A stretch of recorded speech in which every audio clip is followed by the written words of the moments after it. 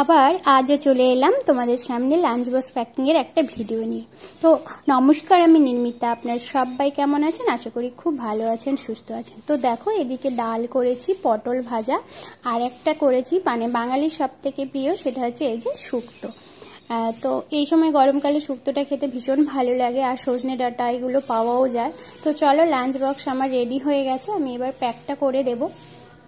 তো আপনারা অবশ্যই কমেন্ট করে জানাবেন যে আমার ভিডিওগুলো কেমন লাগছে। তো আমাদের নিরামিষ একটু বেশি দিন হয়, মানে 3 দিন হয়, তো তাই একটু বেশি নিরামিষই আমার লাঞ্চে দেখতে পাবেন।